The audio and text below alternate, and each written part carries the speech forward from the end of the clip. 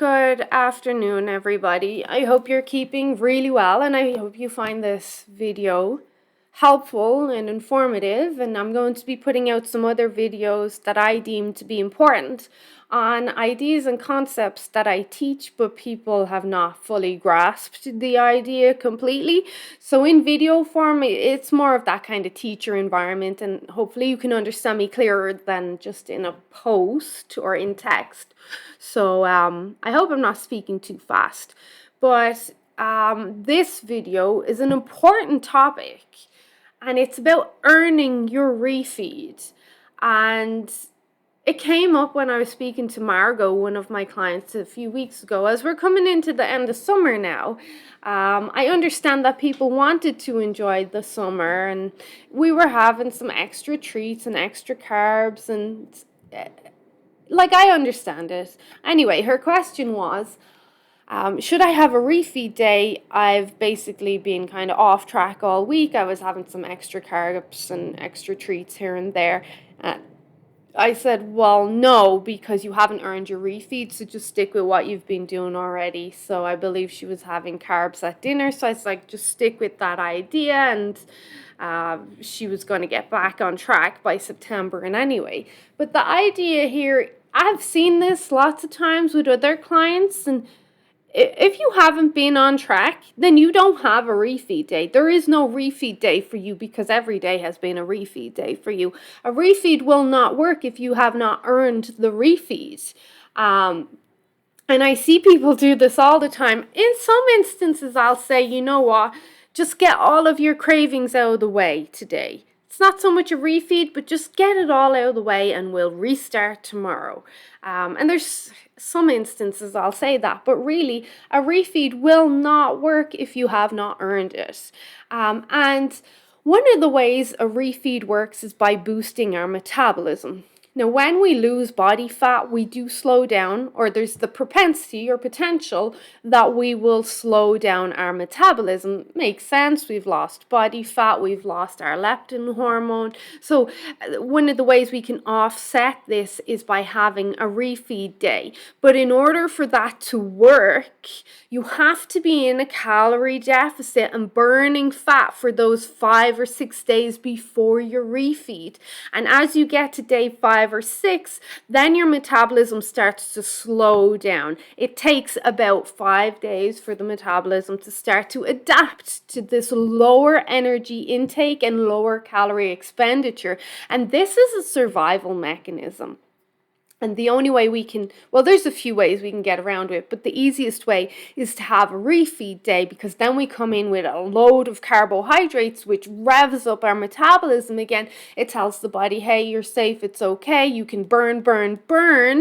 And we know that carbohydrates are our metabolism increasing food, not just from the hormonal aspect with our T3 and our testosterone and even insulin in context, but glucose is a very readily burned fuel source. It's very pure, it goes straight into the mitochondria, it gets burned very fast. This is why you might feel warmer on refeed day, or you're kicking off the blankets, or you've the sweats on refeed day, night, and so on. That's those extra carbohydrates.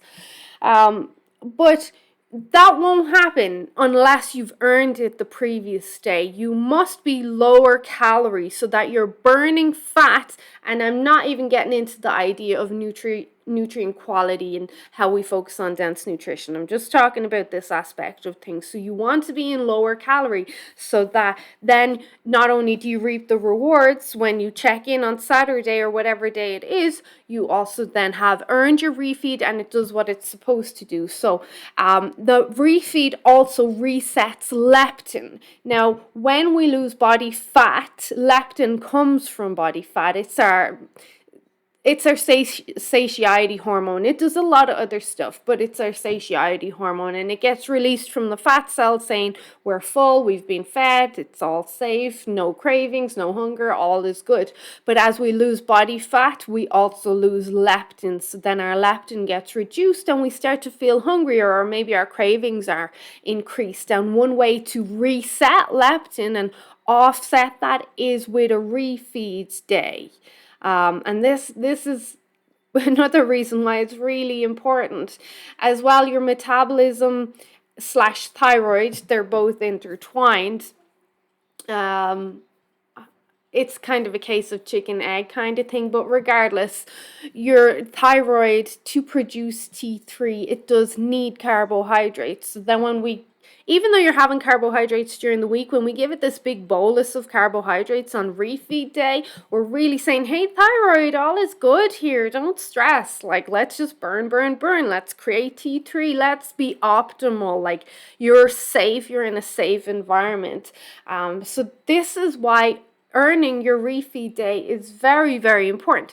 Then we look at, okay, the benefits of the refeed day. We know the metabolism, we know the leptin, we know that having fasting previous days of low calorie or calorie restriction and fasting contributes to longevity, but to support the survival mechanisms of the body, we bring in our refeed day. Let's think of a lion. She may not eat for weeks, and then she's technically low calorie and fasting for weeks, and then she gets that one big kill and she gorges and fills herself up. So that's that feast and famine scenario that mammals do really, really well on. So you signal all these kind of cellular cleanup mechanisms and the healing and the human growth hormone and the fat burning in the 5 to 6 days before, where I know you're not completely fasting, but you're in that calorie restriction range, and then you have your feast. So that's really important too. And then of course there's the sustainability. I understand that this is not sustainable for everyone. Maybe a different quote diet slash lifestyle might work for you, but there's many studies and there's a lot of research, and I've shared them between the Heated Guide forum and the biohacking group, and I believe I might have done podcasts supporting the idea that having these refeeds supports long-term compliance and sustainability, because you're not totally eliminating stuff. And when you don't totally eliminate stuff from someone's lifestyle, then you encourage them to stay on track and say, okay, I've only got 5 or 6 days, and then I get to have my favorite cake or my chips or my wine or whatever it is, so they can look forward to that. So they reap the rewards and they look forward to that. But then there's also the idea, if you were to put someone on a fully restricted diet or calorie restriction or whatever, there's a lot of studies and research and anecdotes, and many of you will agree with me that this is not sustainable. I won't be able to do this. Not only will it be unsustainable, because how long can you go without your favorite stuff? How long could you be on a ketogenic diet, for example, without enjoying some wine or cake or whatever at a family event or on vacation or Christmas? It's not sustainable. Apart from other things, that aspect alone is not sustainable at all. And then we know that if we can give people foods that they like and they enjoy, then that satisfies them. That's enough to say, okay, I've had my fun, now back on track for 5 or 6 days. And that's all it is, though. It's only 5 or 6 days. It's not like I'm saying stay on track for 5 or 6 weeks. It's 5 or 6 days. And I do understand that even 5 or 6 days for some people is tough. So then we take it back to 1 day at a time, and of course asking our support system for help and stuff. But the whole idea is you have to earn your refeed or this will not work. I'll say this again, I've said it before. Look, I did not make up the rules. I didn't make up how the female body works or human biology works. I'm not the one who tricked you with all these processed foods and sugars and tempting foods and foods that induce cravings and the happy hormone. I didn't create all of them.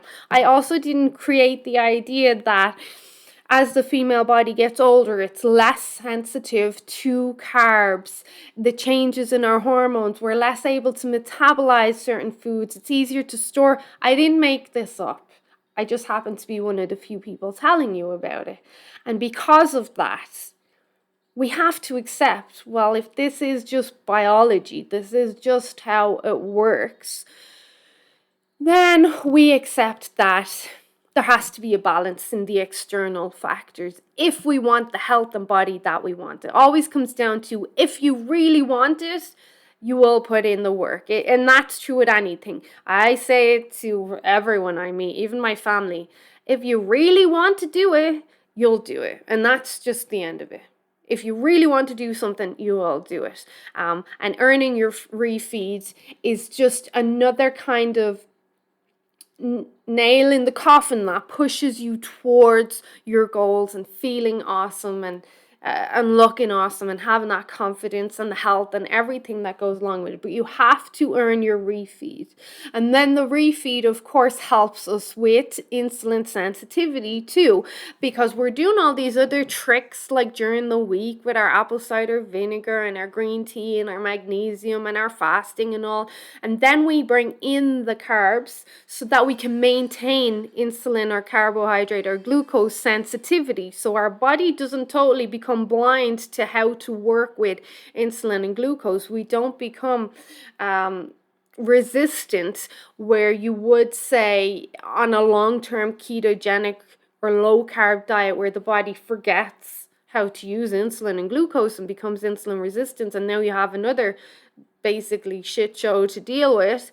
The refeed day helps offset that as well. The refeed day helps you enjoy family time. You will not even appreciate a refeed day if you've not earned it, because you've been picking at treats and sweets and everything all week. How can you learn to appreciate food without being without it and then earning it and feeling good that you got the results that morning when you checked in? Oh yay, my hard work paid off, and now I'm really going to enjoy all these foods I've been missing. So this is something I really want to drive home. I'm not so much going through the benefits, as in you have to earn your refeed or it will not work. If you've been cheating or having extra treats Monday through Friday and then you're going to have a refeed, you're just going to gain weight because you've been having extra sugar and calories all week, and now you're going to have about, it depends on the person, but between 3,000 and 5,000 extra calories in one day. What do you think is going to happen? You're going to have a lot of problems. And I could talk about this, about other aspects of health, about your bacteria, your microbiome and all, but I really want to just keep that idea of the reason behind the refeed is to boost your metabolism. It's to reset your leptin hormone. It's to support long-term compliance and sustainability, and to push you towards your goals rather than slow you down. I'm going to leave it at that. I hope you find this helpful. If you've any questions, you know where to find me, and I will chat to you guys really, really soon. Like real soon. Bye.